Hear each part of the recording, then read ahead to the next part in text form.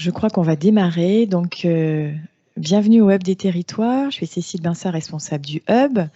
Nous sommes ravis de vous accueillir aujourd'hui pour ce Café Morning autour du sujet du tourisme durable et comment s'engager dans une démarche territoriale que nous organisons avec notre partenaire l'Open Tourism Lab. Bonjour Élodie.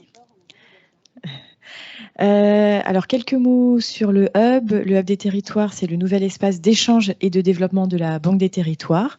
C'est un lieu et puis plus globalement un dispositif dont la vocation est d'inspirer et de concrétiser les projets territoriaux et de nous rassembler, comme aujourd'hui, nous, acteurs des territoires, collectivités, entreprises publiques locales, parties prenantes et du tourisme aujourd'hui. Les partenaires, nos partenaires, vos partenaires, publics, privés, institutionnels ou plus innovants, et puis tous les acteurs de l'écosystème des territoires. Donc je vous invite déjà à venir visiter notre espace digital du Hub des Territoires et n'hésitez pas à vous inscrire à notre lettre d'actualité et aux prochains événements qui sont dans l'agenda du Hub, qui sont en ligne. Le lien vous est communiqué dans le chat. Alors aujourd'hui, on parle du tourisme, qui est un des enjeux cruciaux dans cette période estivale pour les territoires, et puis un enjeu crucial du plan de relance que porte notamment la Banque des Territoires et le groupe Caisse des Dépôts. C'est pour ça que depuis quelques semaines, nous avons eu différents événements autour de ce sujet du tourisme, et bien entendu avec en fil rouge cette notion et cet enjeu de durabilité du tourisme. Aujourd'hui, c'est vraiment notre volonté, c'est de partager avec vous des expériences. Donc, merci à nos témoins d'être ici et d'être en ligne, également en duplex. Et donc, l'objectif, c'est vraiment de partager ces expériences et n'hésitez pas à poser toutes vos questions dans le chat et puis vous aurez vraiment un temps d'intervention si vous le souhaitez pour partager aussi vos expériences, si vous avez eu l'opportunité ou l'occasion de mettre en place une démarche de tourisme durable. Nous sommes, je crois, tous preneurs de votre témoignage et pour cela, vous pourrez lever la main ou interagir dans le chat. Je me permets juste de vous préciser en ce début de séquence qu'il faut bien penser à fermer vos micros et vos caméras. Et ceux qui souhaiteront intervenir pourront les réouvrir au moment où on leur passera la parole. Je ne peux pas être plus longue. Je vais te passer la parole, Élodie, tu vas animer ce Café Morning. Exactement. Et je vous dis à plus tard. Merci Cécile. Merci à vous. Bonjour à tous et bienvenue du coup sur ce café morning autour du tourisme durable. Donc je suis Élodie Geoffroy, responsable événementiel et partenariat chez Open Tourism Lab. Et donc j'ai le plaisir d'animer ce café morning au cours duquel nous parlerons du coup des démarches engagées par les territoires pour aller vers un tourisme plus durable. Donc comme le disait Cécile, chers participants, en tout cas vous aurez l'opportunité de vous exprimer. Il vous suffira donc de lever la main et nous aurons le plaisir de vous donner la parole pour que vous puissiez partager également vos retours d'expérience sur le sujet, vos questionnements ou même réagir aux propos qui seront donnés par nos intervenantes qu'on a le plaisir d'accueillir. Donc du coup, nous avons le plaisir d'accueillir Aude Andrup qui est coordinatrice nationale du tourisme durable au sein de l'ADEME, Karine Niego qui est la CEO de Yes We Green et à distance, nous aurons également la chance de pouvoir écouter le témoignage de Nathalie Burezi de l'Office de tourisme de Bonifacio qui est la directrice. Alors, on en parle depuis un petit moment, mais c'est une réalité puisque la crise s'est révélée être un accélérateur de tendances déjà émergentes et le durable est l'une d'entre elles et s'impose aujourd'hui finalement comme incontournable. On peut même dire souvent que maintenant que c'est un prérequis.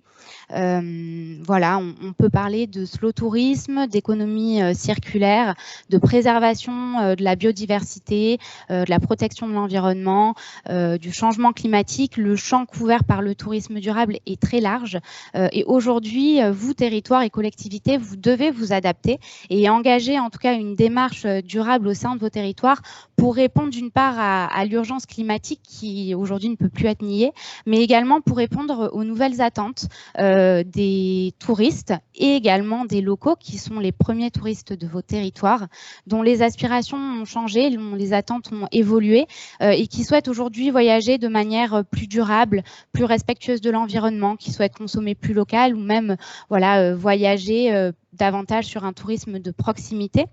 On est vraiment sur une tendance de fond. Aujourd'hui, on ne peut pas parler d'un effet de mode. On voit vraiment une tendance même générationnelle avec des aspirations fortes des jeunes générations qui seront les consommateurs de demain. On n'est plus du tout dans un marketing de l'offre, mais bel et bien dans un marketing de la demande. Et aujourd'hui, il est temps de repenser, en tout cas, de nouveaux modèles de développement qui soient plus responsables et plus durables pour nos territoires. Alors, s'engager dans le tourisme durable, oui, mais comment ? Comment aujourd'hui, vous, territoire, vous pouvez engager des démarches pour un tourisme plus durable sur vos territoires et comment vous pouvez également être accompagné par différents acteurs dans justement la concrétisation de vos projets et de vos démarches. Donc c'est pour répondre à toutes ces questions, on a le plaisir de vous accueillir en tout cas toutes les trois en présentiel et à distance. Donc Aude, je viens de vous présenter. Vous êtes la coordinatrice nationale pour le tourisme durable au sein de l'ADEME. On entend beaucoup parler dans l'actualité en ce moment d'un rapport que l'ADEME vient de sortir et sur lequel vous avez beaucoup travaillé. Vous dressez dans ce rapport un bilan très précis des émissions de gaz à effet de serre du secteur touristique en France. En quelques mots, quels sont les grands messages à retenir de ce rapport ? Bonjour à tous, merci en tout cas. Alors il y a effectivement de riches enseignements dans cette étude, j'en retiens quelques-uns pour vous présenter aujourd'hui.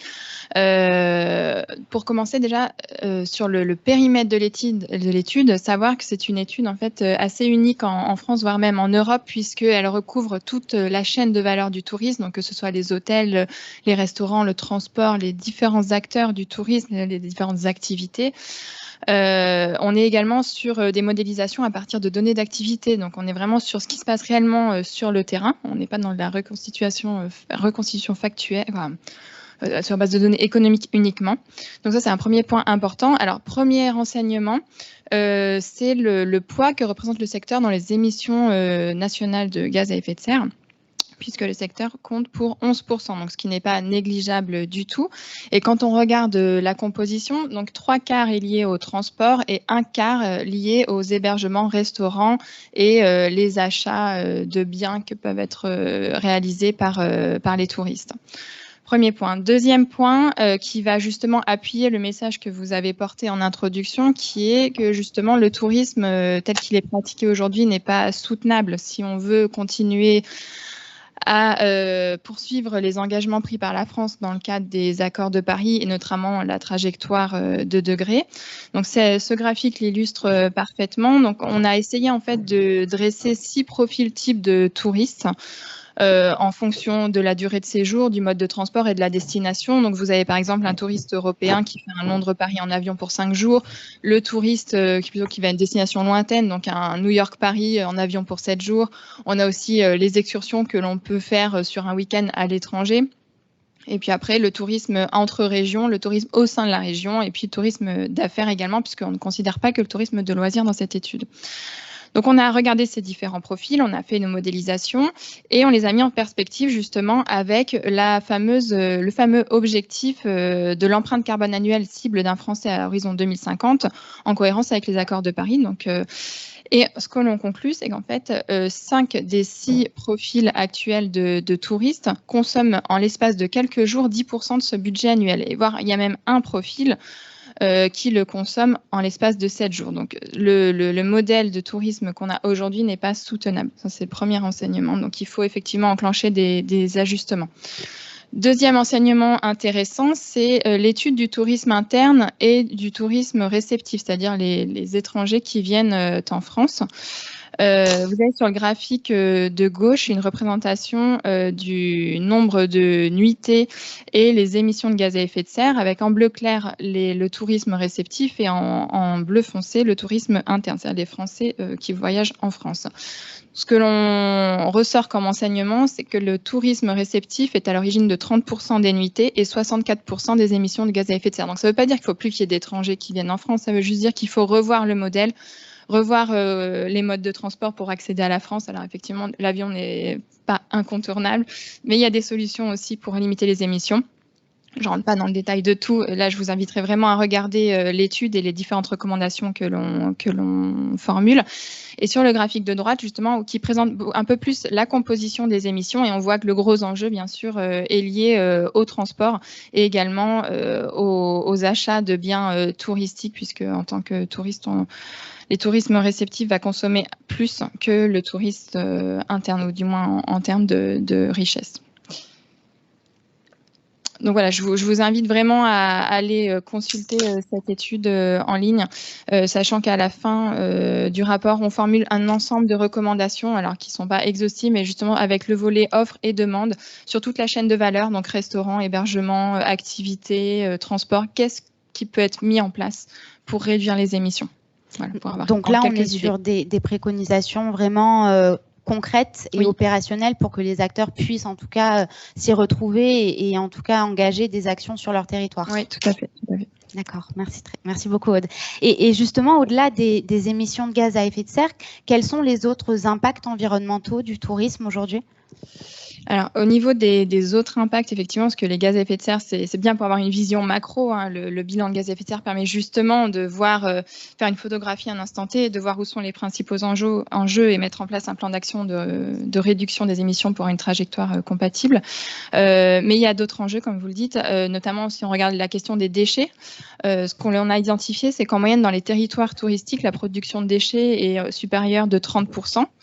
Sur la consommation d'énergie et d'eau, on est à plus de 200% dans les territoires touristiques, donc c'est vraiment considérable, avec des problématiques aussi d'ajustement des services, puisque on a des pics de saisonnalité, donc qui vont induire d'avoir un service beaucoup plus développé. Donc ça, c'est pas forcément facile à gérer par les territoires. Il y a la question aussi de l'adaptation au changement climatique, puisque c'est maintenant en fait. Ouais. C'est à prévoir. Il faut agir dès maintenant, parce que les impacts sont à court, moyen et long terme. Et la question aussi de l'artificialisation des sols. La France s'est engagée aussi sur le zéro artificialisation nette. Le tourisme peut contribuer également. Donc il y a cette problématique à prendre en considération. Oui, donc on voit que les impacts, en tout cas, sont très nombreux. Et justement, vous, au sein de l'ADEME, concrètement, comment vous agissez pour mettre en place un tourisme durable sur les territoires ? Alors, nous, on a vraiment un rôle d'accompagnement des territoires, mais aussi de production de données, d'outils pour accompagner.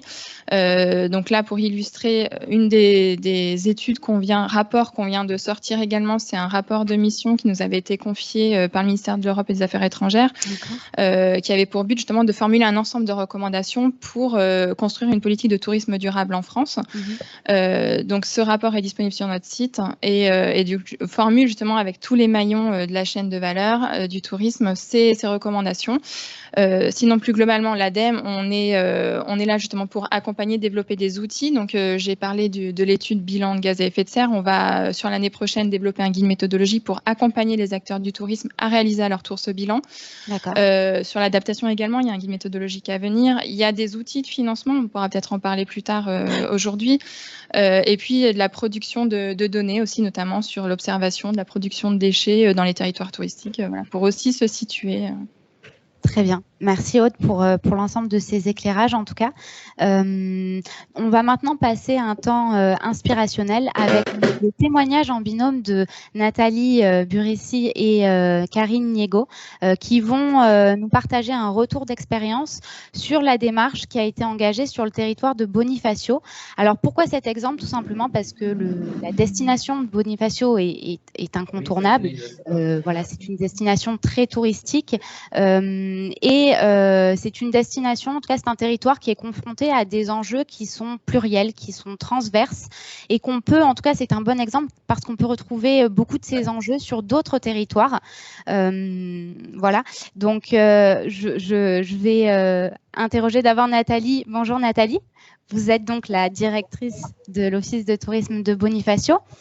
Bonifacio, du coup, le territoire de Bonifacio a eu un changement de posture et c'est ce qui vous a emmené à engager des démarches concrètes pour un tourisme plus durable sur le territoire de Bonifacio. Est-ce que vous pourriez un petit peu nous expliquer ce que recherchait le territoire de Bonifacio et quels étaient les enjeux, en tout cas, qui vous ont amené à engager cette démarche durable? Oui, tout à fait. Bonjour à vous tous et merci pour effectivement cette invitation. Bonifacio est effectivement une destination un peu incontournable en Corse. Hein. Tout visiteur vient au moins une fois sur notre territoire, de par nos grands paysages, notre citadelle, nos falaises, la présence de la réserve naturelle avec une belle biodiversité marine. On a travaillé sur une destination, je dirais, sur 7 mois de l'année. Parce qu'on était quand même très axé sur un tourisme plus balnéaire que culturel ou nature. On a eu et on a toujours donc des pics de fréquentation quand même très importants qui ont eu un impact négatif sur l'environnement et l'écologie, avec des problèmes de pression sur des sites, des problèmes de gestion des déchets, de gestion de l'eau, de la circulation, de la mobilité. Voilà, faut rappeler que Bonifacio est une petite commune de 3000 habitants et elle pouvait recevoir jusqu'à 2 millions de visiteurs par an. Donc il y avait, on ne parlera pas de surfréquentation, mais une fréquentation très importante. Et il y a eu des signaux un petit peu d'alerte sur notre territoire. Et donc la commune, dont les élus, les élus sont des acteurs indispensables sur la prise de décision, se sont dit qu'il fallait réfléchir autrement sur le modèle de développement de l'activité touristique. Donc on s'est inscrit dans différents projets, notamment une opération Grand Site de France. Il y a aussi un plan sur la mobilité douce qui est en train d'être mis en place. Il y a un contrat d'objectifs qui a été passé avec l'intercommunalité et l'ADEME. Il y a une multitude d'actions de différents acteurs qui vont œuvrer pour limiter l'impact de l'activité touristique. Et l'année dernière, après l'arrivée donc du Covid et du premier confinement, l'activité s'est complètement paralysée. On a été vraiment mis à l'arrêt. Et il a été décidé au mois de septembre d'accélérer en fait ce mouvement de développement durable et de tourisme durable en mettant autour d'une table, et je pense que c'est une manière, je dirais, intéressante pour sortir un projet commun et intelligent, c'est de mettre autour d'une table plusieurs acteurs que sont bien sûr les élus, mais des institutions comme l'ADEME, des acteurs autour de l'agriculture, l'université. Voilà, on s'est tous réunis et sur une journée, on a fait une grosse réunion de brainstorming pour dessiner en fait ce que serait le Bonifacio de demain. Et il y a une des actions un des projets parmi tant d'autres, comme le Bonifacio sans plastique, un des projets était d'améliorer en fait la production et la consommation de produits locaux auprès des hôteliers et des restaurateurs. Donc l'ADEME nous a accompagnés, financé la prestation de Karine Ego de Yasuiguin pour essayer justement d'améliorer l'achat de produits locaux envers les restaurateurs et les hôteliers, sachant qu'on a une gastronomie, des produits de terroir connus et reconnus en Corse et à Bonifacio. Et pour nous, c'était un des axes prioritaires parce qu'il est vrai que tous les restaurateurs ne travaillaient pas spécialement les produits locaux. Donc, on était face à une aberrance et on a voulu travailler sur cette thématique-là avec l'ADEME et Karine. Très bien, merci Nathalie. Et du coup, Karine, donc, vous avez accompagné l'Office de tourisme de Bonifacio et Nathalie sur ce projet-là. Donc, vous êtes la CEO de Yes We Green, donc vous êtes entrepreneur et consultante spécialisée dans le maillage territorial des acteurs à impact positif pour l'environnement. Comment vous y êtes prise pour entreprendre ce type de démarche, ce projet-là, et quel a été un peu le mode opératoire? Bonjour à tous, ravi d'être là et ravi de parler de ce projet. Mode opératoire, on a tout d'abord commencé à identifier les pionniers du territoire. L'idée étant de partir avec des gens qui sont déjà engagés plutôt que d'essayer d'engager des gens qui ne sont pas dans la démarche, et vraiment de commencer par un noyau actif qui était déjà dans la compréhension des enjeux, dans la conscience et dans l'action. Donc le premier travail collaboratif, c'était de travailler avec l'Office qui connaît ses partenaires, qui a identifié ses acteurs pionniers dans la restauration et l'hôtellerie. Ça, c'était la première brique. La deuxième brique, c'était comment allons-nous leur parler, puisque l'objet, c'était de les engager dans un projet commun et dans un projet inédit sur le territoire, puisque c'était de rassembler effectivement une institution nationale, l'ADEME, la collectivité, la ville et l'Office de tourisme qui est leur acteur privilégié sur le territoire. C'était de les mettre à terme tous autour d'une table pour réaliser quelque chose qui était cet objectif qu'on s'était mis dès le départ, faire qu'à à l'ouverture de la saison estivale, il y aurait quelque chose de différent, de très clairement différent sur le territoire, qui montrerait que ce territoire est engagé dans une consommation locale. Donc on avait cet objectif. Donc il y avait vraiment un objectif de court terme, en tout cas sur cette mission. C'était la mission moi qu'on m'avait donnée, c'était agir. On est, moi je vais rajouter l'impact climat, qui est vraiment nous ce que l'on porte, et on est dans une urgence, donc. C'est effectivement, c'était hier qu'il fallait faire, c'est aujourd'hui qu'on fait et c'est demain qu'on verra les résultats. Donc nous, on est plus dans cette idée-là. Donc première étape, identifier les pionniers du territoire, les gens qui avaient déjà ce mode opératoire, qui faisaient déjà des choses. Deuxièmement, savoir comment communiquer avec eux pour les embarquer avec ce nouveau dispositif d'acteurs. En disant on est là pour travailler ensemble et pour faire ensemble. Troisièmement, un audit. Comprendre très basiquement déjà comment ils travaillaient sur cette thématique des produits locaux, quelles étaient leurs problématiques, quelles étaient les solutions auxquelles ils pensaient eux déjà, quelles étaient nous aussi pendant ces entretiens les solutions qui nous venaient à l'esprit. Donc ça a été un état des lieux qui a été essentiel et qui a été le cœur de notre travail. Ça a aussi révélé la mise en connaissance aussi de l'Office déjà avec ses socio-professionnels, puisqu'on découvrait aussi un contenu excessivement riche qui n'était pas obligatoirement partagé par tous, dont par l'Office. Sur des pratiques qu'ils avaient dont ils ne parlaient pas et qui étaient très exemplaires. Donc ça a été la première étape. Deuxième étape, troisième étape, ça a été d'analyser tout ça parce qu'on a eu beaucoup, on faisait des entretiens d'à peu près 2 heures, 2 heures et demie. Oui, ce qui est très long. Ce qui est très long, mais dans l'idée, il y avait plusieurs idées. La première étape, c'était déjà de faire tomber tous les a priori qu'il pouvait y avoir. Donc, il y a toujours des rencontres, des machins, etc., des choses qui sont là. Donc, c'était de mettre ça de côté et ensuite de se dire, OK, comment vous bossez, racontez-moi, c'est quoi vos problématiques, à quoi vous pensez, de quoi auriez-vous besoin, etc. D'éditer tout ça, de rassembler tout ça. Puis, on s'est rendu compte dans tous ces audits qu'effectivement, il y avait des lieux communs, il y avait des choses qu'on retrouvait. La première, c'était de se dire, tiens, ils ne se connaissent pas. On est quand même sur un territoire qui restreint.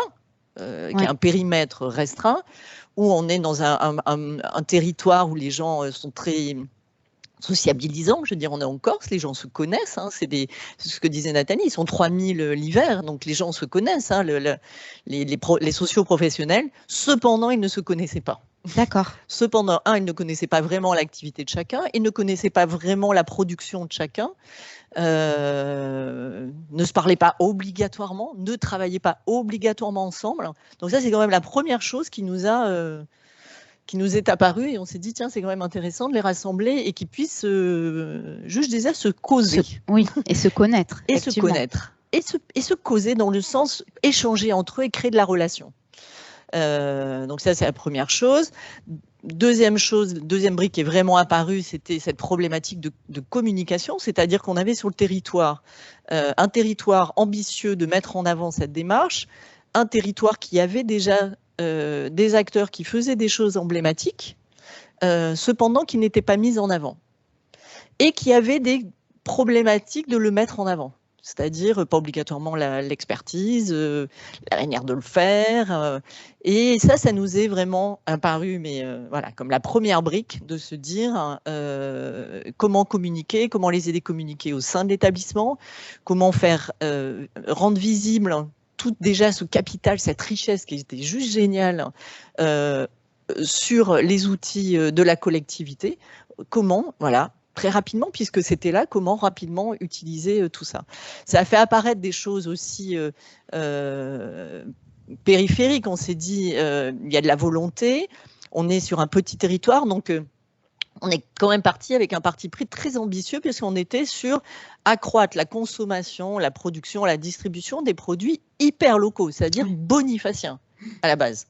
Notre parti pris, il était vraiment d'identifier sur le territoire agriculteurs, producteurs, les pêcheurs, le type de pêche, la pêche d'élevage, etc. On a découvert plein de choses, que par exemple, la pêche de Bonifacio était reconnue à l'extérieur, c'est-à-dire que le poisson des pêcheurs bonifaciens est noté sur les cartes, par exemple à Porto Vecchio, pêche de Bonifacio. Tellement cette pêche est reconnue parce que durable, parce qu'ils sont pionniers dans la préservation halieutique et qu'ils ont des pratiques exemplaires. Voilà. Oui, il y a des vrais savoir-faire en tout cas. Voilà. Et c'était pas connu sur le territoire de Bonifacio. C'était pas en tout cas rendu visible. Ou pas visible. C'est-à-dire que ces pépites-là étaient déjà là. Donc il y a eu ça, il y a eu également cette identification de créer des filières. On s'est rendu compte, donc moi je me suis rendu compte que donc ce territoire est un territoire d'oliviers centenaires. Il y a tout un plateau qui est très riche de plantations, etc., qui est comment dire, utilisé ou un peu laissé, voilà, des terres en jachère, oui. Voilà, des champs comme ça. Et en fait, on s'est rendu compte que, moi, je me suis dit, voilà, l'huile d'olive, il y en a dans toute la cuisine corse. Nous, dans ces restaurants, dans cette restauration que l'on veut pousser, il y a des oliviers, mais il y avait historiquement, ils faisaient de l'huile d'olive. Là, aujourd'hui, l'huile vendue, elle est très très chère, donc elle ne peut pas être réintégrée dans la filière touristique. Et si on imaginait de recréer cette filière d'huile d'olive, comment, autour d'un moulin commun, collaboratif, collectif, qui pourrait être porté par la collectivité ou un mix d'acteurs, pour recréer cette dynamique, une dynamique économique qui amènerait un revenu complémentaire à des agriculteurs, de la gestion des terres aussi, puisque ça remettrait de la gestion sur les territoires de ces arbres centenaires, qui ramènerait une production à différents prix, puisqu'il y aurait de la très belle qualité, moins belle qualité, etc., qui pourrait être dans l'idée, donc à plus long terme, être réinjecté dans notre filière locale, hyper locale, et créer un produit d'appel aussi pour Bonifacio. On a imaginé une autre filière autour de la pêche, puisque les pêcheurs nous expliquaient que ce qui est vendu, on a perdu la culture de la restauration du poisson, alors que c'est un territoire... Oui. Marin, et que là c'est les gros poissons, etc. Mais la petite poisson, la bouillabaisse, la petite friture, etc. Ça se perdait. Il y avait moins de chefs qui cuisinaient. Ça paraît fou. Et donc 80% parfois du poisson pouvait être jeté parce qu'il n'y avait pas de filière derrière. D'accord. Et donc on leur a posé, mais qu'est-ce qu'on en fait de ce petit poisson? Notre friture, notre soupe de poisson. Et du coup, on a commencé à imaginer avec les pêcheurs, pourquoi pas, d'imaginer une filière pour recréer de la soupe de poisson. Je ne dis pas que c'est simple, puisque là, c'est compliqué de mobiliser des gens autour d'une activité économique, à recréer une entreprise, un laboratoire, une filière, etc. Cependant, de ces audits sont ressorties des choses quand même très intéressantes et très impactantes pour le territoire. Sur le maraîchage, la ville, la collectivité s'investit énormément, a même un plan pour récupérer des terres, sachant combien coûte le prix de cette table sur Bonifacio et du mètre carré là-bas. C'est vraiment une ambition très forte qu'a le territoire là-bas. Donc on a fait, voilà, et ressorti tous ces grands thèmes que l'on trouvait transversaux. Sont sortis aussi des problématiques individuelles des acteurs sur lesquelles on a passé du temps parce que dans la démonstration, que moi je voulais apporter, c'était de leur dire qu'on prend en considération qu'il y a une nouvelle dynamique, et il y a une dynamique d'action et de faire. Et ce qui a été formidable avec la collectivité, avec Nathalie, l'Office du tourisme, c'est qu'il y a réellement eu cette mobilisation d'action. On a identifié des choses très simples. Il y avait un des acteurs qui n'arrivait pas à avoir une place sur le marché. Acteur très engagé en permaculture, etc. Donc tout dans notre lignée, notre vision, en fait. Il n'arrivait pas à avoir une place de marché. C'est pas un gros frein, il y avait sûrement... Voilà, la collectivité, on a dit, OK, à la suite de l'entretien, on va prendre, c'est quoi le numéro, vous avez vu qui, etc. Ça a été débloqué dans la semaine. Oui, c'est très concret. Ça a été concret et la collectivité, l'office, Nathalie, se sont mobilisés dans l'action et c'est ça qu'on a voulu démontrer et faire et c'est ce qui a été fait. Un agriculteur à un terrain avait un problème d'accès à l'eau. OK.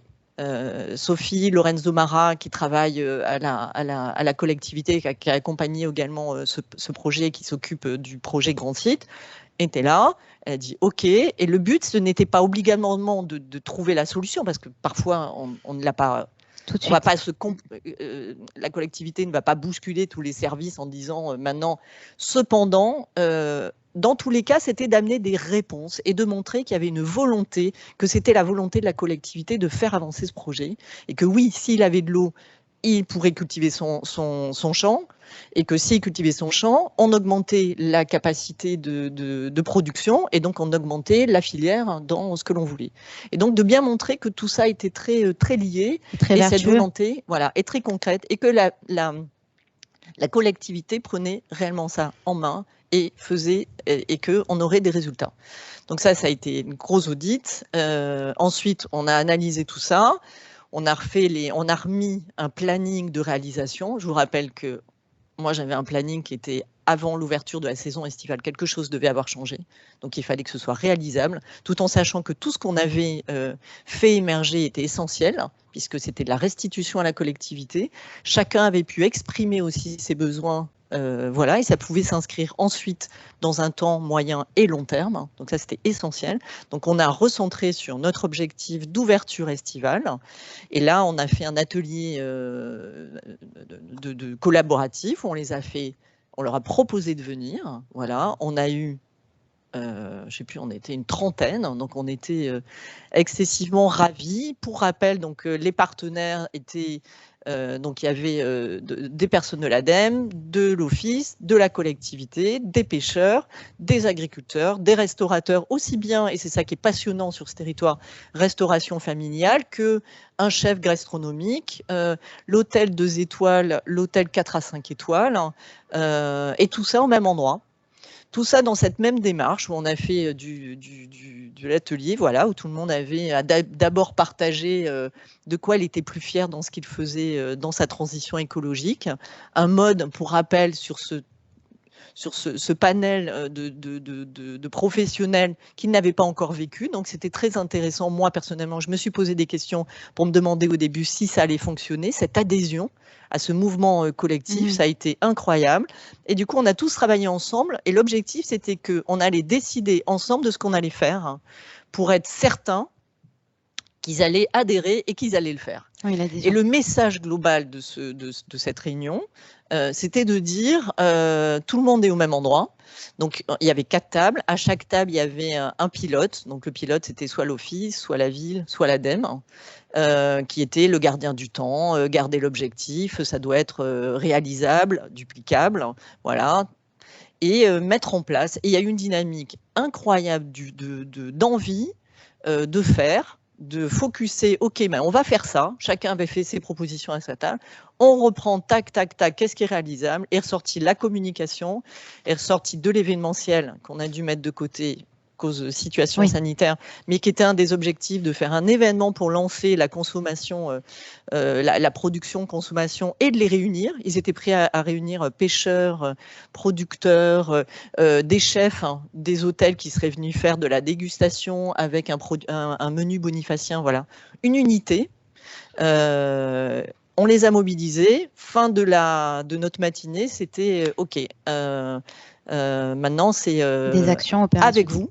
C'est avec vous. Pour rappel, là, c'est super, on a passé un super moment, mais maintenant, c'est avec vous. Donc, ça veut dire qu'on leur a fait signer des engagements sur quoi, dans cette liste d'actions, sur quoi vous vous engagez concrètement dans votre établissement. On signe. Chez nous, on signe parce qu'on a cet objectif. Et rien ne bougera si vous ne bougez pas. C'est ensemble. Ce n'est pas plus la mairie qui doit faire ça, l'ADEME qui amène plus, ou les grands opérateurs publics où on dit non. C'est parce que tout le monde va y aller, etc. On a créé des groupes WhatsApp derrière sur chacune des thématiques. Ils se sont inscrits, tac, tac. Celle qui est ressortie. Alors après, situation sanitaire, je vous avoue, on a eu un peu des freins, etc. sur certaines thématiques. Celle qui était prioritaire, puisque l'objectif, c'était que ce soit visible à l'ouverture de la saison estivale, c'était donc la communication. Et donc, le groupe s'est formé autour de la communication. On a abouti à une charte, il faut que j'aille plus vite, une charte et un logo qu'on a, voilà, donc un logo commun qui s'appelle Nostral et qui, Nathalie le dira beaucoup mieux que moi, de chez nous et produit local, voilà, et une charte d'engagement. Ce qui est assez novateur d'en arriver à la signature d'une charte. En tout cas, Nathalie, peut-être que vous pouvez intervenir pour compléter ce que vient de dire Karine sur comment, au travers de justement toutes ces actions menées, vous, en tant qu'office de tourisme et avec le concours de Karine, vous avez travaillé en tout cas à rendre visible sur le territoire l'ensemble de ces actions pour le début de la saison estivale. Oui, tout à fait. Après, c'est vrai que ce qui était vraiment aussi intéressant, c'est que l'Office du tourisme est sorti un petit peu de son champ de compétences, qui est l'accueil de l'information et la promotion. On a dû vraiment travailler, on a dû se préoccuper des problématiques des agriculteurs, des pêcheurs pour décoincer des situations. Et on a fait remonter cela auprès des services de la commune et de la région, parce qu'on travaille aussi sur de l'aménagement du territoire. Il faut libérer du foncier, il faut qu'il y ait de l'eau pour les producteurs, parce que nous, sur Bonifacio, effectivement, c'est centralisé sur les producteurs locaux, mais ils sont une vingtaine, une trentaine. Et vu la fréquentation touristique que l'on a, les quantités ne sont pas au rendez-vous. Donc, l'idée, c'est surtout que les producteurs présents puissent fournir et soient facilités dans leur travail pour qu'il y ait du rendement et une production locale. Donc ça, c'est vrai que c'était une démarche vraiment intéressante, et puis elle est loin, effectivement, loin d'être finie, mais elle est complémentaire pour qu'on soit crédible après dans notre démarche de communication. Donc effectivement, beaucoup de restaurateurs ou d'hôteliers dans leur petit déjeuner utilisent des produits locaux, mais ils ne l'affichaient pas.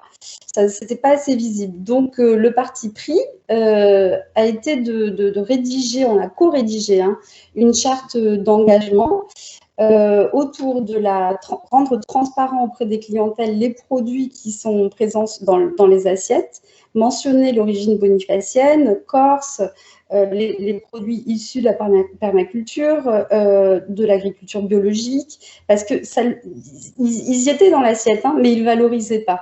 Donc, on leur demande premièrement ça, donc la transparence, de saison, voilà, essayer de travailler sur les produits de saison. Ça semble une évidence, hein, mais finalement, ça ne l'était pas. Donc, c'était bien de rappeler aux restaurateurs que c'était important de bien l'afficher dans leur menu, parce que la clientèle est demandeuse, et qu'il y ait aussi une responsabilité dans le sens où ils s'engagent à travailler de plus en plus avec des produits locaux. Donc, on a eu un rôle quand même de médiateur, de sensibilisation de ces acteurs sur l'importance de mieux valoriser.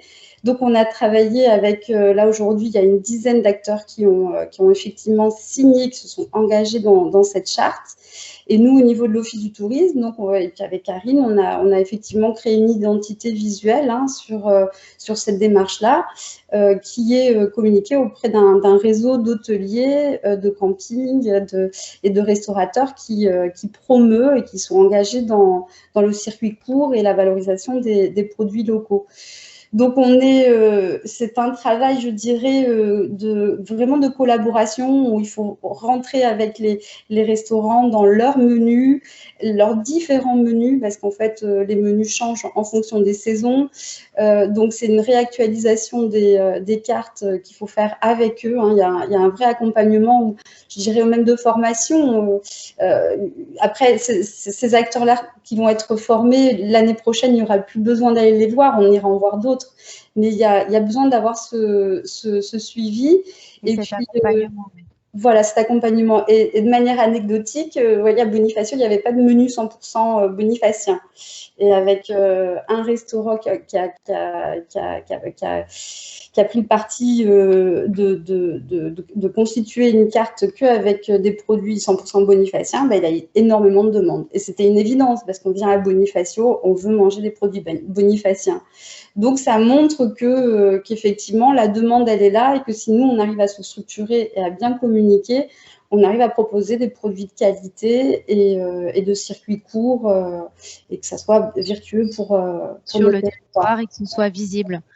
Merci Nathalie, merci Nathalie et Karine pour ce témoignage très inspirant. Donc je trouve en tout cas la démarche très intéressante, parce qu'il y a beaucoup de choses qui sont très intéressantes dans ce que vous dites. On voit que dans la démarche engagée, il y a vraiment une méthodologie claire et progressive qui a été vraiment établie dans la manière d'engager les actions, mais aussi et surtout ce qui est important, je pense, c'est la volonté d'associer l'ensemble des parties prenantes. Je pense qu'aujourd'hui, c'est vraiment très important pour des territoires qui souhaiteraient s'engager dans des démarches, et d'être vraiment dans la création de ce réseau vertueux en faveur du tourisme durable.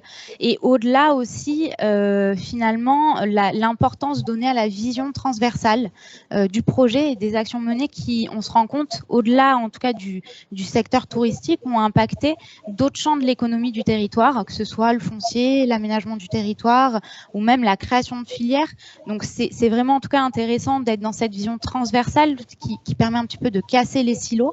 Alors, je ne sais pas si dans le panel de participants, on a des personnes qui souhaitent faire un retour d'expérience. Sachez que vous allez pouvoir le faire. Je vais juste poser une question à Aude, et après ça, en tout cas, n'hésitez pas à lever la main. On vous donnera la parole pour que vous puissiez partager un retour d'expérience, voilà, ou une question si vous le souhaitez. Aude, par rapport au témoignage qu'on vient d'entendre, est-ce qu'aujourd'hui, vous qui avez une vision un petit peu globale sur les actions qui sont entreprises par les territoires en France, est-ce qu'on peut dire que ce type d'initiative est aujourd'hui en train de se multiplier sur les territoires, ou est-ce que malheureusement, est-ce encore trop anecdotique ? Alors, les initiatives dans les territoires concernant le tourisme durable au sens large sont en train de se multiplier et surtout de se structurer, puisqu'il y en avait, en tout cas nous, ce qu'on observait, c'est que dans toutes les régions, il y avait des initiatives qui pouvaient porter soit sur la mobilité, soit sur les hébergements, comment les rendre plus performants d'un point de vue environnemental. Mais le gros changement depuis quelques temps, c'est vraiment qu'il y a une structuration dans les territoires avec justement cette organisation avec les différents acteurs qui sont pas nécessairement des acteurs issus du tourisme, et bien heureusement, puisqu'il y a vraiment cette notion de transversalité du secteur du tourisme. Et donc, cette nécessité de mutualiser les compétences, les connaissances entre les différents services des acteurs publics notamment.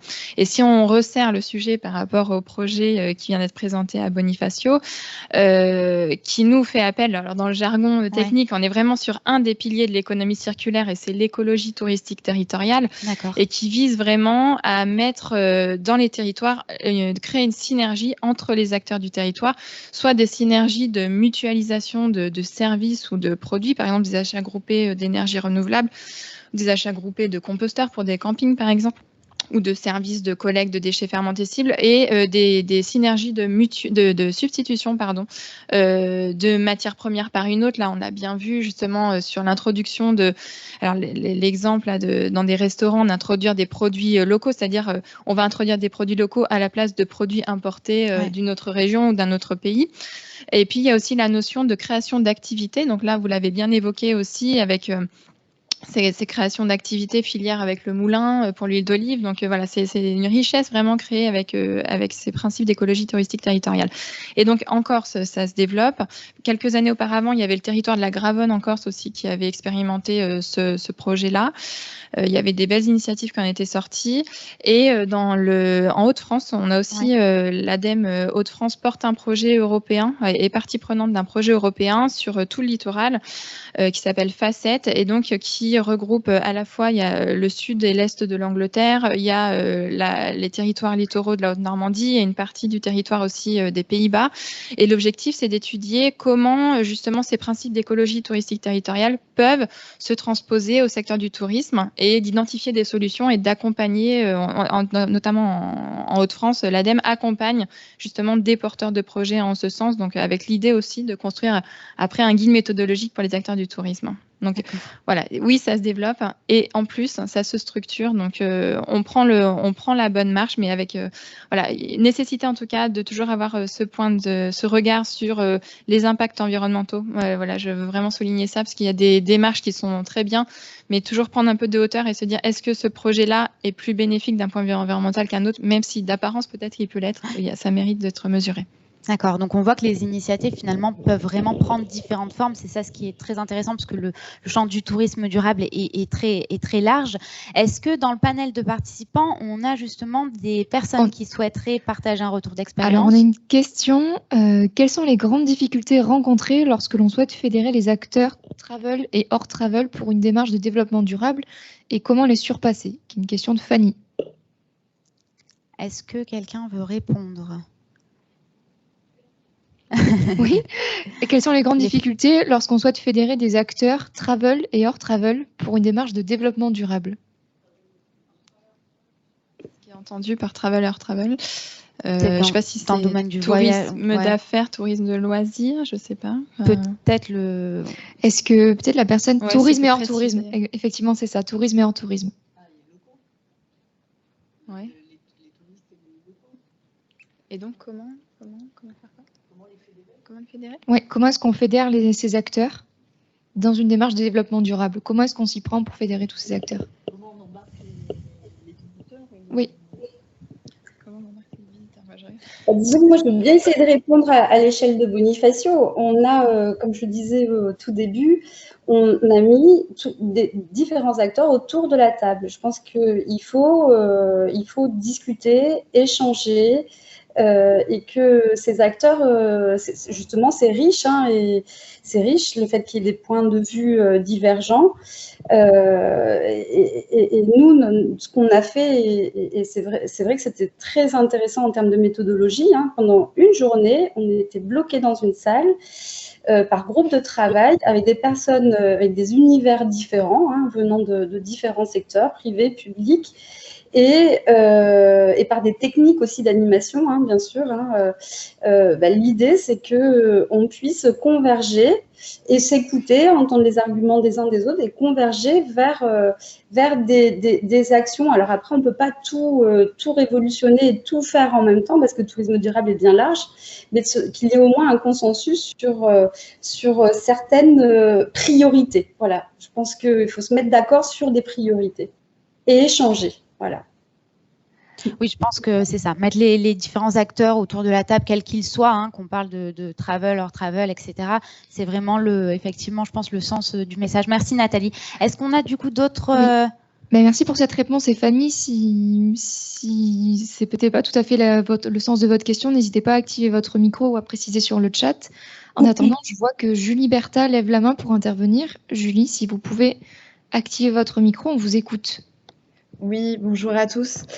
Merci pour ces témoignages en tout cas et ces cas d'usage de ce matin qui étaient très inspirants. Pour me présenter rapidement, je travaille au sein d'OTL dans le pôle design et innovation. Donc c'est un sujet qui nous touche particulièrement parce qu'on a été amené à travailler justement autour de ces démarches. Donc là, l'idée, c'est pas de poser une question, c'est juste de partager avec vous une expérience vécue, mais plutôt sur la fin de la démarche. C'est-à-dire qu'on est sollicité autour d'images d'une démarche design centrée utilisateur pour apporter un peu ce rôle d'animateur, de facilitateur, aussi bien autour du cadrage de la démarche, pourquoi on déploie cette démarche sur le territoire, jusqu'à un petit peu l'animation. On prône également, et c'est forcément ce qui fera le succès de cette démarche, une gouvernance ouverte et une transversalité, surtout autour du sujet du tourisme durable, qui est un sujet fatalement transverse, qui va toucher différents champs d'application, et pas que nécessairement le service tourisme d'un territoire. Cependant, voilà, là où je voulais un petit peu alerter ou en tout cas mettre un point de vigilance, c'est que, alors cette démarche est dite ouverte, alors c'est bien, mais surtout bien penser à travailler à la suite sur la concrétisation, en tout cas, des étapes de mise en œuvre, éviter de créer des frustrations des différents acteurs, que ce soit des participants, des opérateurs qui sont engagés dans la démarche, parce qu'on commence un petit peu à le ressentir, un petit peu ce côté de sursollicitation en tout cas, mais qui n'ont pas, alors que des fois c'est fait, mais vision sur des résultats qui peuvent être concrets. Donc bien essayer d'aller jusqu'au bout de la démarche et bien penser qu'il y a une dernière étape qui parfois demande l'aide de designers autour de la conceptualisation, concrétisation et former une forme de projet en tout cas avec cette intelligence collective et donner du sens. Voilà. Mais je sais que ça a été évoqué ce matin, c'était bien d'aller jusqu'au bout de la démarche, mais voilà, c'était juste un petit partage sur de l'expérience vécue. Merci Julie. Je pense que Karine, du coup, souhaite rebondir sur ce que tu viens de dire. Je rejoins tout à fait l'avis. Ce qui s'est passé au début, les premiers commentaires qu'on avait, c'était effectivement, on est très sollicité, où ça va, ça sert à quoi. Bon, c'est un peu une usure globale un peu de la société, on se demande toujours à quoi sert tout ça. Et il y a un vrai besoin, je pense, aujourd'hui d'actions concrètes et de résultats. C'est ce que nous, on a amené d'emblée. C'est-à-dire que l'entonnoir dont parle Nathalie, c'était l'objectif, c'est-à-dire le but, c'est vraiment de faire quelque chose qui soit visible et réalisable. Et ça a été le mantra de tout le projet, de chacune des réunions, de nos réunions collaboratives, etc. Mais c'est vrai que la première chose, c'est cette usure des sociopros. Et la belle surprise, c'était cette envie aussi d'agir, parce que c'est aussi une belle surprise, c'est-à-dire ils ont envie de s'engager. Oui, on est OK sur le mode opératoire qu'on connaît pas bien, de se causer, d'être ensemble, etc. Et garder effectivement d'être nous porteurs du projet. Toujours moi à ma place de prestataire, de remettre, oui, la collectivité, l'office, c'est concrètement un objectif d'ouverture. Donc qu'est-ce qu'on fait? On ne bouge pas de ça. Voilà, on ne bouge pas de ça. Donc maintenant, vous nous répondez. On vous a envoyé les questionnaires, on vous a envoyé les groupes WhatsApp. Donc il y a des deadlines. Le logo, la charte, on l'a envoyé tel jour. Il faut que vous nous répondiez à tel jour. Sinon, ça sera sans vous votre avis. Vous êtes prévenus. Voilà. Il y a des deadlines. On est sur de l'opérationnel. On est sur l'objectif. Et ce qui est très différent, c'est l'objectif et le résultat. Voilà. Ouais. Et il y a des dates butoirs. On a bougé notre ouverture estivale à cause du Covid. Donc ça nous a un peu aidé parce qu'on avait pris un peu de retard à cause du Covid. On avait vraiment eu voilà, on s'est adapté. Hein. Et puis le projet, moi je mettrais aussi beaucoup d'adaptation et de personnalisation. D'agilité. Okay, il y a une méthode, hein, certes, il y a une manière d'aborder. faire un audit, on écoute. Après, c'est comment on avance aussi avec les acteurs et les problématiques du territoire. J'irai faire ça sur un autre territoire, j'aborderai la même chose, je veux comprendre l'écosystème, etc. Mais ensuite... Les actions ne seraient pas les mêmes, le process ne serait pas forcément le même. La matière des socioprofessionnels ne sera pas les mêmes, leur capacité au mouvement ne sera pas la même, la mobilisation de l'office, de la collectivité ne sera pas la même, les leviers qu'ils peuvent mettre en œuvre auprès des autres organismes ne sera pas la même. La chef de projet ou le chef de projet mis à disposition, il y en aura un, il n'y en aura pas, ne sera pas le même. Donc après, c'est s'adapter dans la méthode voilà. C'est vouloir plaquer quelque chose d'unique ne fonctionne pas. Ce qui est important, c'est être à l'écoute du territoire, mettre les gens. On a oublié juste de dire que dans notre démarche de partie prenante, une fois les audits faits, a été identifié l'acteur principal ou les acteurs publics dont on avait besoin pour faire avancer la démarche. Et le principal, c'était l'ODARC, l'OFIS qui gère l'agriculture là-bas, les producteurs. C'était de les mettre avec nous, dans notre bande en fait, dans notre groupe. Et c'est devenu, on est tombé sur des gens formidables qui ont embarqué. En fait, on s'est rendu compte qu'il y avait les visions communes entre l'ODARC et l'Office. Pareil, découverte, même ambition, même objectif, même outil parfois, même levier, voilà, et qu'il y avait des passerelles. Et, et ça a été un facilitateur auprès des socioprofessionnels parce que ça a prouvé que l'Office, même au niveau du territoire, l'Office n'allait pas faire son projet dans son coin et dire nous à Bonifacio on a fait notre projet tout seul et on est fiers de notre truc, etc. Il y a eu vraiment cette démarche et dans laquelle nous on croit beaucoup de dire non, on associe. On va pas refaire des choses qui existent déjà, on va déjà voir ce qu'il y a autour et faire ensuite un objet commun qui fait qu'on fait avancer une démarche commune, collective, territoriale, en prenant en considération tout le monde et en embarquant tout le monde de qui on a besoin sur un objectif unique qui est développer la conso, diminuer, l'envoyer. Moi, je crois que j'ai vu 5% sur la restauration. Voilà, diminuer des effets. Je veux dire, on est dans une urgence. Ouais. C'est de l'action. Il y a des choses qui sont faites. On embarque tout le monde et on agit pour que ça soit réellement fait. Et effectivement, c'est la mise en œuvre qui est importante. Et c'est effectivement, il ne faut pas décevoir qu'il y ait concrètement des choses qui soient faites et que concrètement, on a prouvé que la collectivité avait trouvé des solutions concrètes à des problèmes concrets dans la vie de chacun des socioprofessionnels. Voilà. Et ça, c'est essentiel. Merci Karine. Est-ce qu'on a d'autres retours en tout cas où... On a beaucoup de retours, beaucoup de témoignages, de questions. Peut-être commencer par Émilie André qui nous parlait justement de cette démarche de concertation entre les acteurs qu'elle mène actuellement au Vaucluse. Émilie, je ne sais pas si vous souhaitez témoigner directement. Oui, si vous voulez. Si vous voulez. Vous m'entendez? Parfaitement. Bonjour à tous. Oui, on a choisi d'accompagner l'ensemble des acteurs sur leur transition touristique.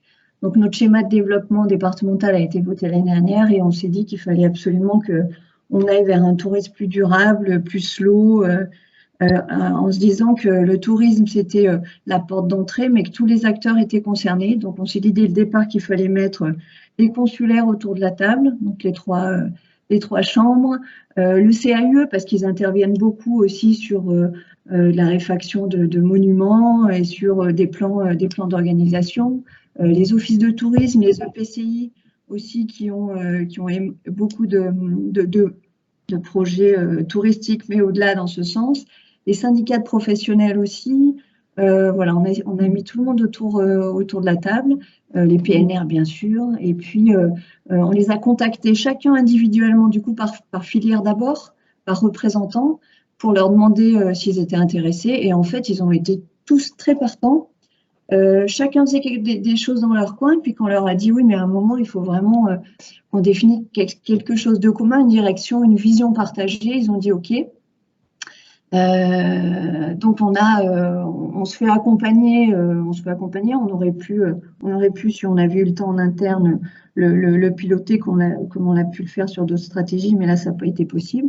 Et du coup on s'est posé un certain nombre de défis, donc le défi économique, le défi social et le défi environnemental, bien sûr, avec des enjeux dans le Vaucluse et des problématiques importantes sur la question de la gestion des flux dans le temps et dans l'espace, la question de l'érosion de certains territoires, la question du climat, on a de fortes chaleurs aussi, bon, bref, en tout cas, toutes les problématiques qui se posent à nous, on les a bien inscrites dans nos défis et du coup retranscrites dans le cahier des charges.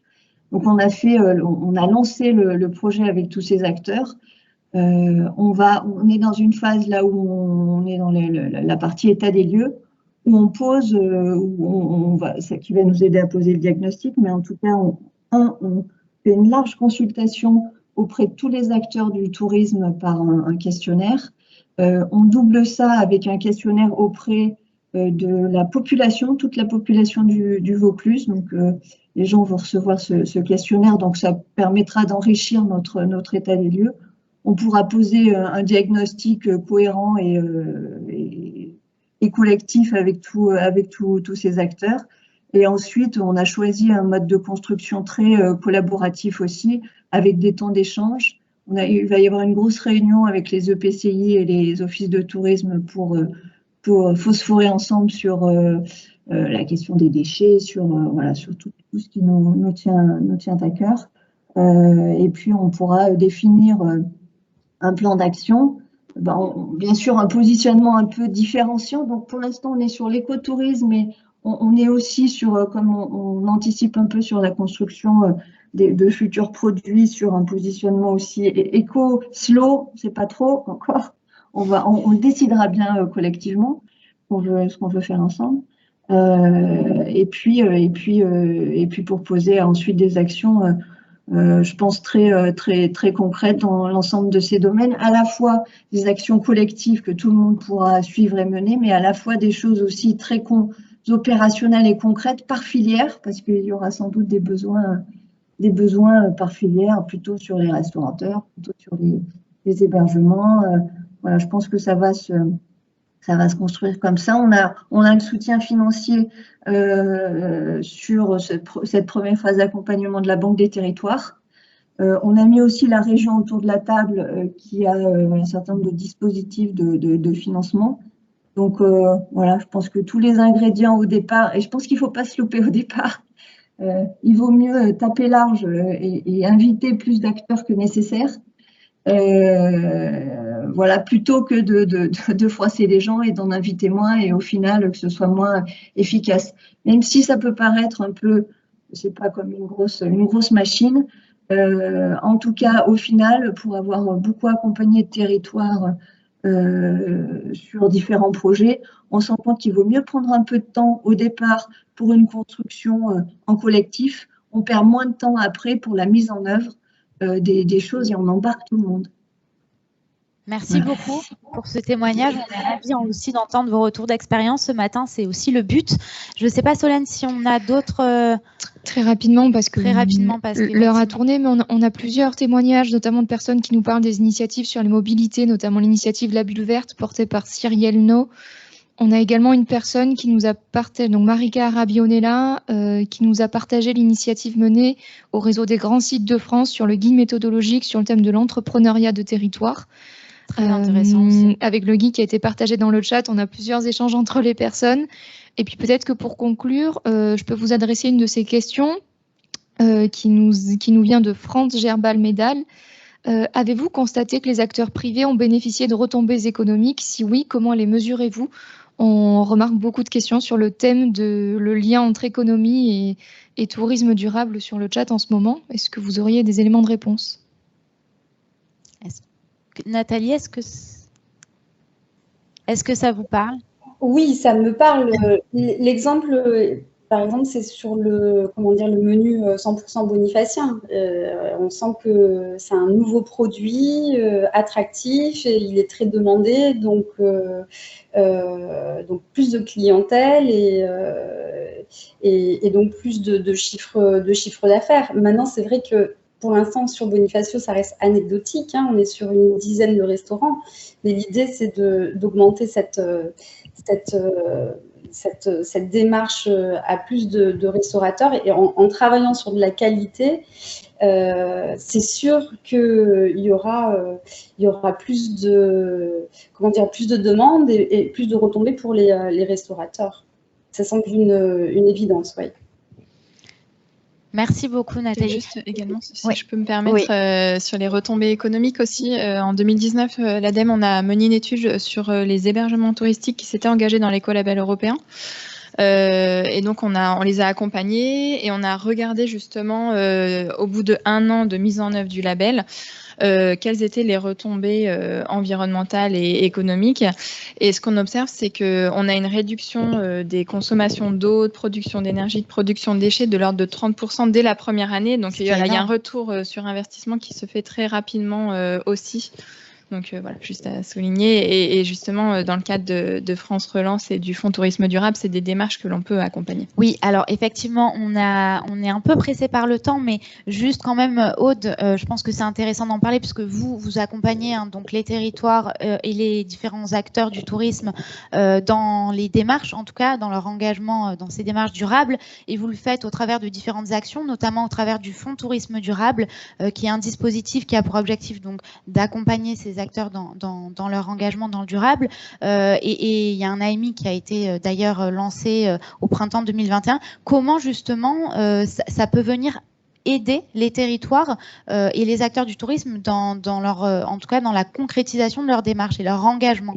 Oui, alors ce nouvel outil en fait a été créé dans le cadre de France Relance. Donc l'ADEME a été doté d'un budget de 50 millions d'euros. L'objectif, c'est justement d'accompagner dans la transition et dans la relance ces acteurs, donc notamment des territoires ruraux. Donc les acteurs, ce sont les hébergements touristiques, les restaurants, dans un premier lieu, où on leur finance un diagnostic par nos partenaires dans les territoires. La construction d'un plan d'action, justement pour réduire les impacts et améliorer la performance environnementale de l'activité. Et ensuite, on a un système d'aide forfaitaire à l'investissement pour justement en partie mettre en place ce plan d'investissement. Et puis, il y a un troisième volet dans le cadre du Fonds Tourisme Durable qui concerne le slow tourisme, où là, effectivement, il y a eu un AMI qui a été lancé. Il y aura un deuxième volet à l'automne. Et l'objectif, là, c'est vraiment de financer aussi des activités en création ou en transformation vers le slow. La tendance slow, comme on a le slow food, le slow tourisme. Donc voilà, donc les personnes intéressées peuvent se rendre sur le site de l'ADEME Agir pour la transition et faire appel. Il y a toutes les informations, le lien des partenaires dans les régions, donc pour vous faire accompagner de A à Z dans ce projet. Je pense que c'est très important aujourd'hui de voir qu'on a vraiment des dispositifs concrets aussi avec et un accompagnement qui peut être proposé. Justement, Nathalie, vous nous avez partagé un projet, mais en fait, ce qui est intéressant aussi, et peut-être pour finir, donc on va essayer de le faire très rapidement, pour votre engagement ne s'est pas arrêté là, puisque justement vous avez avec Karine et au travers de l'Office de tourisme de Bonifacio, vous avez répondu à cet AMI, Fonds Tourisme Durable, pour être un partenaire territorial et en tout cas être dans la poursuite du projet et des actions déjà engagées que vous avez d'ailleurs remportées. Vous avez eu la bonne nouvelle très récemment. Quelle va être la suite du projet, en tout cas, et en quelques mots? Et puis Karine, comment du coup vous prévoyez de structurer la méthode? On parlait de méthode tout à l'heure très importante. Comment vous prévoyez de cadrer tout ça? Oui, alors donc effectivement, on a répondu à l'appel à manifestation d'intérêt parce que c'était une continuité dans le travail qu'on faisait sur le circuit court, et notre ambition, c'était de positionner l'Office du tourisme qui est une institution et puis un acteur de proximité. On connaît bien l'ensemble de nos hôteliers et nos restaurateurs. Donc, on s'est dit qu'on était capable d'accompagner nos professionnels à la transition énergétique et écologique. Et notre ambition est d'accompagner une centaine de structures sur Bonifacio pour qu'il y ait un effet global et généralisé de la destination, que ça ne soit pas anecdotique auprès de quelques restaurants et hôteliers, sachant qu'au niveau régional, il y a aussi un accompagnement sur l'écolabel avec une prise en charge à 100% des diagnostics pour les hébergements qui veulent aller sur de l'écolabel. Donc, en fait, on nous donne les moyens aujourd'hui, les expertises pour aller faire du sur-mesure, d'accompagner les restaurateurs et les hôteliers sur ce diagnostic et ce plan d'action environnemental qui est très large. Hein. Donc là, du coup, on ne parlera pas que du circuit court, oui. Donc, de gaspillage alimentaire, de la gestion de l'eau, des produits nettoyants dans les hôtels et les restaurants, la gestion des déchets, la formation, la sensibilisation du personnel. Donc là, je ne sais pas si c'est à moi de parler ou si je continue, mais on a commencé nos entretiens et honnêtement, c'est riche parce que entre une résidence de tourisme qui va avoir plus de 1500 lits, qui a 50 piscines, qu'il faut accompagner sur la gestion de l'eau, on se dit waouh, on va essayer de faire quelque chose. Et d'autres passer sur des techniques un peu plus innovantes avec de l'eau ozonée pour le nettoyage des chambres et de l'hôtel. Voilà, on se dit que on va accompagner une centaine de structures, mais y compris des petits établissements comme des gros établissements, et qu'on espère que d'ici 2022, il y ait des résultats, hein, qu'on puisse vraiment mesurer, concrètement la réduction d'électricité, d'eau, et qu'on est vraiment sur un modèle plus vertueux. Voilà, ça va être long, mais on sent qu'ils sont intéressés, notamment parce qu'il y a effectivement pour les professionnels aussi une économie en termes de dépenses sur leur facture d'eau, d'énergie. Voilà, donc ce qui est bien, c'est qu'on est sur un engagement écologique et environnemental, mais qu'au final, et surtout pour les professionnels, il y a un rendement en fait, hein, il y a au final des dépenses moindres dans la gestion de leur structure. Donc, on y voit un intérêt, même pour des professionnels qui ne sont pas spécialement engagés ou sensibilisés à la démarche. Voilà. C'est un beau projet. Karine, peut-être un petit mot juste. Alors, on est un peu en retard, mais c'était très intéressant et c'est très riche. Donc, c'est très dur de mettre fin à ce Café Morning. Peut-être le mot de la fin, du coup, sur ce que… Sur la méthode. Alors, l'ADEME a mis en place un outil incroyable de questionnement, justement, d'audit, qui va permettre d'avoir une analyse au jour J de la transition écologique au sein de l'établissement. Donc, il y en a qui répondent majoritairement non à la question parce qu'ils ne sont pas du tout engagés. Et il y en a qui répondent oui. Et là, on a beaucoup de détails, etc. Donc, on a déjà une base d'outils pour travailler sur ce projet qui est juste incroyable, qui a été mise en place avec la génération même du plan d'action. D'accord. Le vrai travail qui va se passer, c'est on est face à un plan d'action qui va émerger suite à des questions. Maintenant, c'est comment embarquer. Et comment on motive, comment on trouve aussi, et c'est là où on remet l'économie au centre, par rapport à l'économie de l'établissement, par rapport à sa vision aussi de développement, vers quel établissement en fin 2022, puisque ce sera la fin du programme, ils envisagent de se projeter. Donc ça, c'est un gros travail pareil d'écoute, de projection, d'accompagnement, d'acculturation. Ils ne connaissent pas obligatoirement les solutions. Et quelque chose qui ressort déjà de nos premiers entretiens, donc où on a fait des grands écarts entre la résidence à 1500 lits avec le restaurant 45 couverts ou l'hébergement à 100 lits. Bon, je veux dire, on est dans des dimensions très éloignées. La première chose qui va être, à mon avis, une des clés de ce projet, c'est déjà également le partage. Le nettoyage à l'ozone dont parlait Nathalie nous a été évoqué à un endroit, à deux endroits. Troisième, on l'a dit, mais tu connais maintenant, je ne connais pas, etc., etc. Et donc, c'est déjà identifier les bonnes pratiques, pareil, faire remonter ce qui existe. Identifier les bonnes pratiques pour ensuite les partager, parce qu'entre sociopros, ils les partageront mieux et ils emmèneront plus facilement l'autre sociopro à s'engager dans la démarche. Et donc, du coup, utiliser toujours la vertu. Voilà, donc ça, c'est vraiment une des clés. Et une autre clé, à mon avis, de ce projet, ça va être d'identifier les prestataires. Parce que ça, c'est une des clés. C'est-à-dire, on veut faire changer les gens. Cependant, à un moment dans ce projet, il faut qu'ils fassent des devis, qu'ils déposent sur la plateforme Agir pour avoir ensuite l'aide proposée. Donc, cette identification, c'est pareil. Il y a d'un côté les bonnes pratiques, mais il y a aussi être toujours dans l'agir. Et l'agir, c'est avoir un professionnel qui va être en capacité de faire les travaux et d'implémenter la solution. Et ça, c'est vraiment une des solutions qu'on a identifiées. Et ça va être une des clés de la réussite de nos 100 hôteliers pour qu'ils fassent le maximum, rendent la marche, en fait, et cet accélérateur qu'apporte l'ADEME est formidable, parce que ça va être un accélérateur pour que fin 2022, on ait réussi à faire quelque chose qu'on n'aurait pas fait sans ce fonds qui amène aussi une démarche globale à la collectivité, qui la conforte dans cette posture qu'elle a de dire nous, on est engagé, on a fait une première brique, maintenant on amène des financements, on est toujours là pour vous accompagner parce que le retour qu'on a aussi, c'est aidez-nous. Si vous n'êtes pas là, on ne va pas y arriver. Et le fait qu'il y ait quelqu'un qui soit à dispo pour leur expliquer quels sont les possibles, leur expliquer les solutions. C'est essentiel. Les aider dans cet aspect et que nous, on porte l'aspect économique. On n'est pas là, la transition, c'est formidable, tiens, faites des investissements.